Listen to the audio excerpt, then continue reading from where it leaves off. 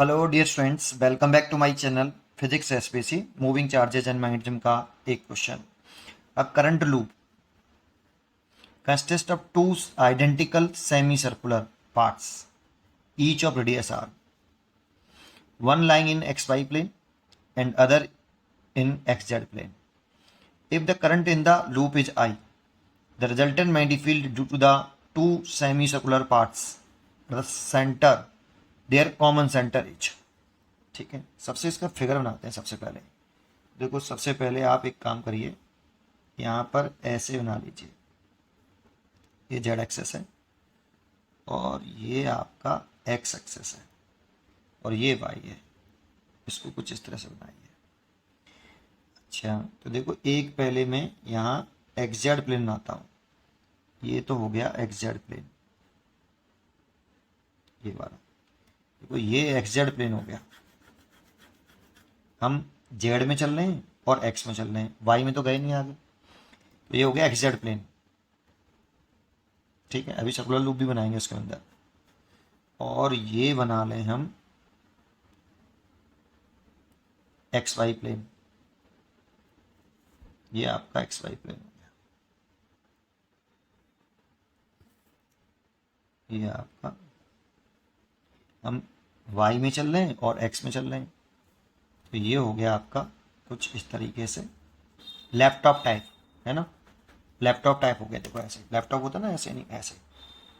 ठीक है, laptop type समझो। ये एक्स, ये हो गया एक्स वाई प्लेन। अब इसमें आधा सेमी सर्कल इसमें है बेटा, सेमी सर्कुलर पार्ट है इसमें। ऐसे ना लेता हूं,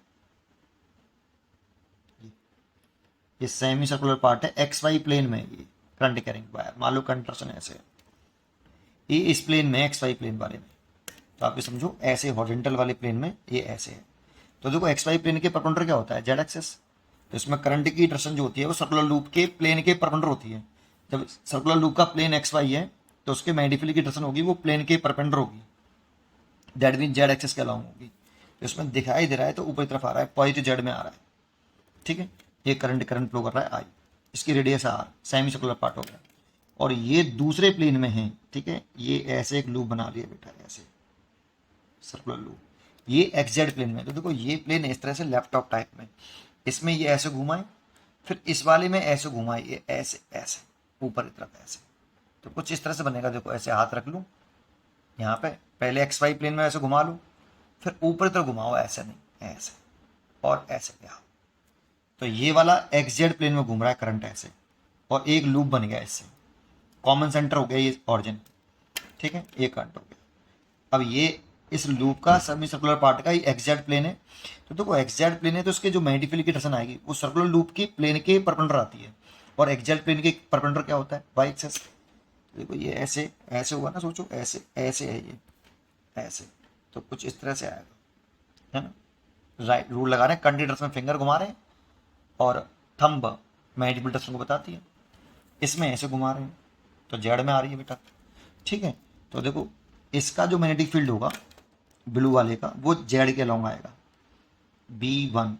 और इस रेड वाले पेन का जो मैग्नेटिक फील्ड होगा, क्योंकि एक्स जेड प्लेन है तो magnetic field direction Y axis के अलोंग आएगी, ये B2 होगा। तो एक वाई में आ रहा है, एक जेड में आ रहा है। वैसे यहाँ डायरेक्शन जरूरी नहीं है, क्योंकि करंट की डायरेक्शन तुम उल्टा कर देते ना। करंट की डायरेक्शन तो बताई नहीं, क्लॉक एंटी क्लॉक है, बट परपेंडिकुलर जरूर होंगे। इस तरह से बनेगा बस केवल। ठीक है, अच्छा, यहाँ पे सेमी सर्कुलर पार्ट है तो कोई आर्क हो, उसके सेंटर पर जो एंगल मैग्नेटिक फील्ड होता है, अगर इसकी रेडियस आर हो और थीटा एंगल बना रहा हो, तो सेंटर पर इस आर्क की वजह से जो मैग्नेटिक फील्ड होता है due to current carrying arc, mu naught upon 4 pi I over R into theta, ये होता है। लेकिन थीटा रेडियन में होना चाहिए। ठीक है, अब यहाँ पे ये सेमी सर्कल है, तो अगर आधा सर्कल होता तो कितना एंगल बनाता है ये आर्क सेंटर पर, 180। That means theta pi. तो B इक्वल टू होगा mu naught upon 4 pi i pi over r. Pi से पाई कैंसिल हो जाएगा, तो म्यू नॉट आई बटे पाई से पाई कटा, सॉरी, 4R।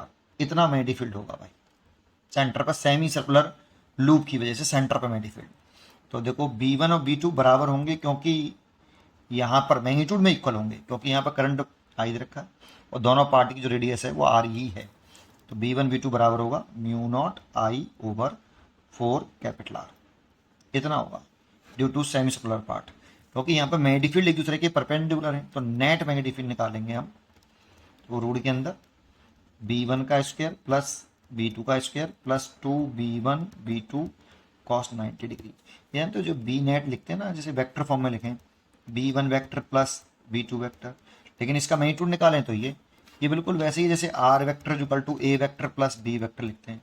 ये रिजल्टेंट वेक्टर का मैग्नीट्यूड लिख दिया ऐसे। कॉस 90 है तो कॉस 90 के लिए 0 हो जाएगी, और B1 और B2 बराबर हैं तो इसलिए 2B1 का स्क्वायर हो जाएगा। तो B1 √2 और वैल्यू पुट कर दें ये वाली mu naught I over 4R और ये √2। इस 4 को लिख लें हम mu naught I over 2 into 2R और ये √2 से ये कट गया √2R, तो म्यू नॉट आई बटे 2√2R। इतना मैग्नेटिक फील्ड होगा नेट मैग्नेटिक फील्ड। क्योंकि ड्रेसन नहीं बता सकते इसकी, क्योंकि कंडे की ड्रेसन नहीं गिवन है बेटा और पूछी भी नहीं हमसे, इसीलिए a choice mu naught I 2√2R। पढ़ते रहिए और खुश रहिए।